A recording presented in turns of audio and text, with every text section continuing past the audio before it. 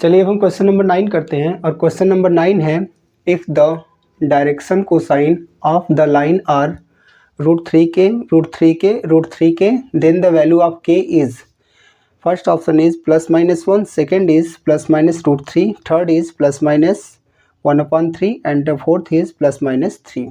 ठीक है, तो यहाँ एक लाइन है और इस लाइन की डायरेक्शन कोसाइन ये √3k दिया हुआ है और पूछा जा रहा है कि वैल्यू ऑफ k क्या होगा और k के लिए ये ऑप्शंस दिए गए हैं। ठीक है, तो हम सबसे पहले जानेंगे कि किसी लाइन का डायरेक्शन कोसाइन क्या होता है और फिर उस डायरेक्शन कोसाइन के थ्रू हम k की वैल्यू निकालेंगे। ठीक, तो देखिए इसके लिए सबसे पहले हम एक 3D प्लेन लेते हैं जिसमें 3 एक्सिस होता है, 3 परपेंडिकुलर एक्सिस होता है।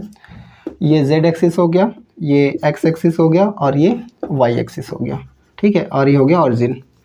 सपोज करिए कोई लाइन है, ठीक है, और ये लाइन OP है। ठीक, अगर ये लाइन OP x एक्सिस से अल्फा एंगल, y एक्सिस से beta angle and z axis से गामा एंगल बनाए तो इस अल्फा, बीटा और गामा के हम कोसाइन को डायरेक्शन कोसाइन बोलते हैं या direction cosine of line OP बोल देंगे। ठीक है, तो इस लाइन OP का जो डायरेक्शन कोसाइन होगा वो क्या होगा, कॉस अल्फा होगा और क्या होगा, कॉस बीटा होगा और क्या होगा, कॉस गामा होगा। लेकिन यहाँ पे कॉस अल्फा की वैल्यू, कॉस बीटा की वैल्यू और कॉस गामा की वैल्यू दिया है तो हम इसके इक्वल लिख लेते हैं। तो cos alpha is equal to हो गया √3k, cos beta is equal to हो गया √3k and cos gamma is equal to हो गया √3k।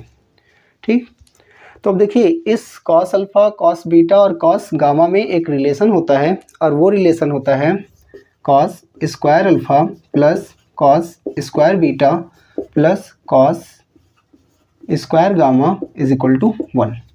ठीक, तो अब हम इसमें कॉस अल्फा, कॉस बीटा और कॉस गामा की वैल्यू रखते हैं तो ये हो जाएगा √3k whole square plus √3k whole square plus √3k whole square is equal to 1।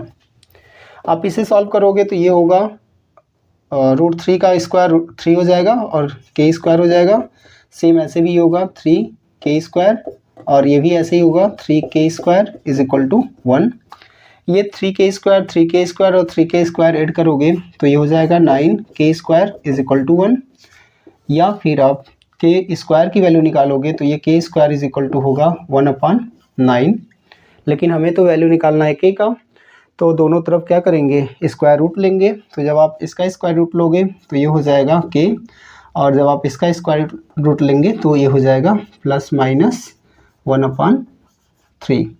तो k की वैल्यू आ गई ±1/3।